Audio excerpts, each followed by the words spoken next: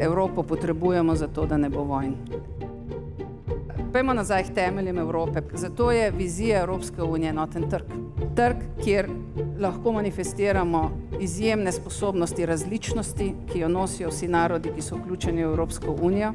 In kot vemo, živimo v dobi inovativnosti, v dobi kreacije in kreacija potrebuje zato, da nastane raznolikost. In zato je Evropa tako bogata. Evropa je svet v malem. In ves čas samo spodbujam, povežite se.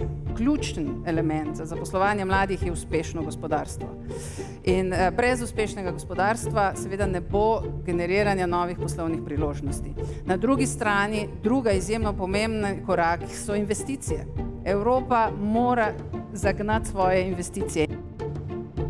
Kako lahko Evropska komisija poskrbi za ustvarjanje kakovostnih in dostojnih delovnih mest? V teh zahtevnih situacijah, v kateri smo, ki jaz sploh ne rečem kriza, ampak je rečem spremembe družbenih odnosov in družbenih razmerij. Mi živimo in vstopamo v neko novo civilizacijsko paradigmo, v kateri seveda bojo povsem drugačni odnosi, kot smo bili navajeni v zadnjih 100 let.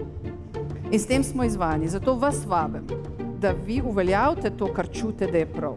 Kako bi vi glasovali? V stilu evropske strategije za naslednjo obdobje prometne so železnice.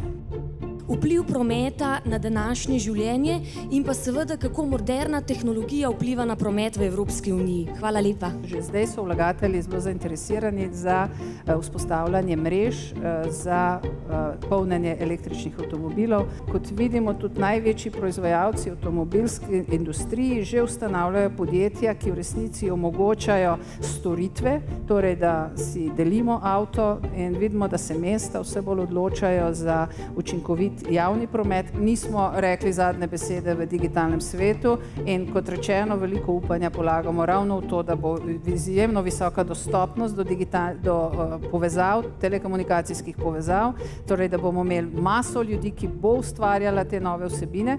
Na drugi strani, da bomo poenotili trg in predvsem, da bomo omogočili seveda, da bojo ljudje lahko zaslužili. Zanima me vizija razvoja železniškega prometa v Sloveniji.